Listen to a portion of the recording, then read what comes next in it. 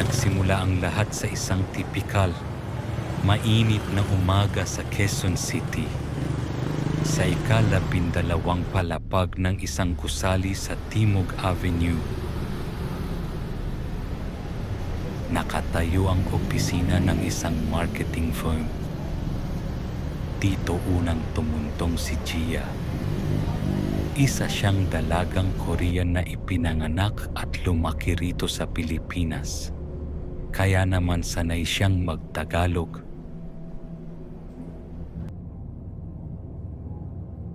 Paglabas niya ng elevator, bumungad sa kanya ang lobby na may malalaking bintanang salamin at kakaibang puting estruktura na hugis, alon.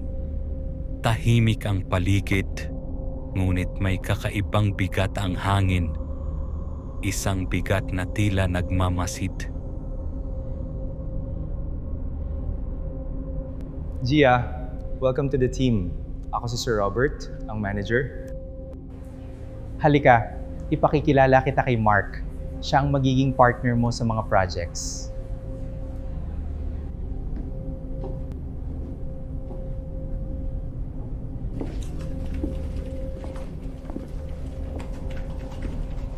Sa dulo ng aisle, nakita ni Gia si Mark. Matangkad, maayos ang suot na polo na bahagyang naka-roll up ang sleeves at may natural na confidence na mahirap hindi pansinin.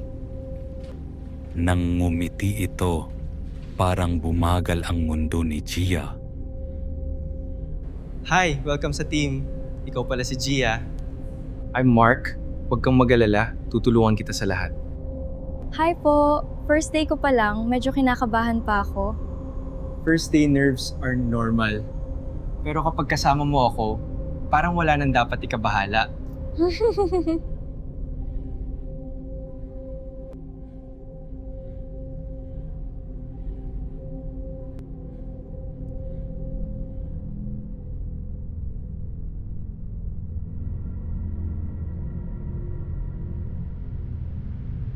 Lumipas ang mga oras at unti-unting nawala ang kaba ni Gia. Si Mark ay hindi lang magaling magturo. Napapansin niyang lagi itong nag-aalaga sa kanya. Nagdala ito ng iced coffee na eksakto sa taste niya. Kapag may nahihirapan siyang part sa presentation, lalapit si Mark sa likod niya. Bahagyang nakasandal sa kanyang upuan at tutulungan siyang i-explain habang ang boses nito ay malapit sa kanyang tenga. Madalas din ang accidental touch ng kamay nila sa mouse. Sa bawat pagkakataon, parang may kuryenteng dumadaloy sa braso ni Gia. Alam mo, Gia, ang sarap sa feeling na may bago na namang nagpapasaya dito. Huwag kang masyadong magpapagod, ha? Kapag napapagod ka, sabihin mo lang sa akin. Gusto ko ng safe at happy ka rito.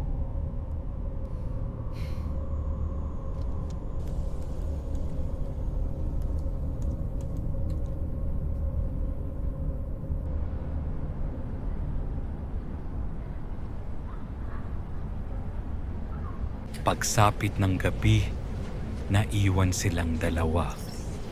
Biglang namatay ang ilang ilaw. Narinig ni Gia ang tunog ng takong sa labas. Isang puting anino ang dumaan sa peripheral vision niya.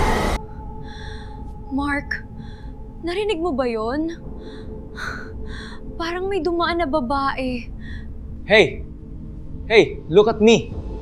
May mga kwento nga dito tungkol sa White Lady.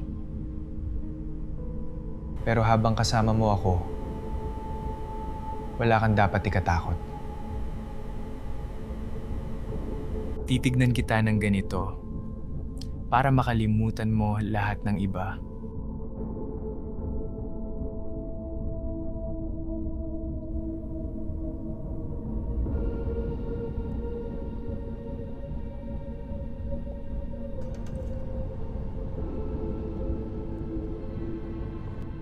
Pumunta si Gia sa pantry para kumuha ng tubig. Doon, sinundan siya ni Mark. Sa maliit at masikip na espasyo, hinarap siya ni Mark. Halos magdikit na ang kanilang mga katawan. Inayos ni Mark ang takas na buhok ni Gia sa likod ng tenga nito. Ang tensyon ay ramdam na ramdam. Ngunit ang lamig sa paligid ay hindi maipaliwanag. Gia, may itatanong ako. Handa ka na bang maging bahagi ng pamilyang ito? Hindi lang bilang empleyado, kundi bilang akin?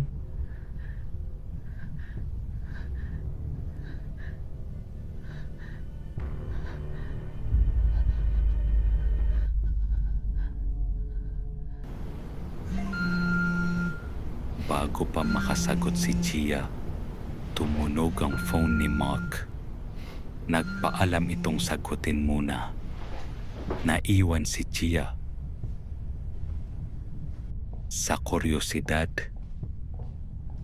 binuksan niya ang bahagyang nakabukas na drawer sa desk ni Mark.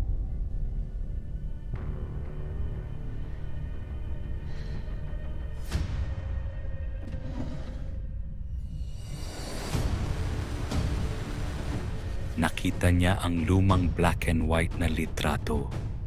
Si Mark at Sir Robert. Suot ang barong na pang 1940s. Pareho pa rin ang itsura. Sa likod nakasulat, The Ghouls of the 12th Floor, 1945. Biglang namatay ang lahat ng ilaw.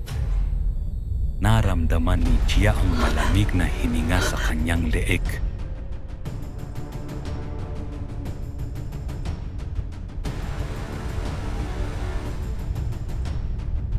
Bakit ka nakikialam sa gamit ko, Gia? Sabi ko naman sa'yo, eyes on me lang.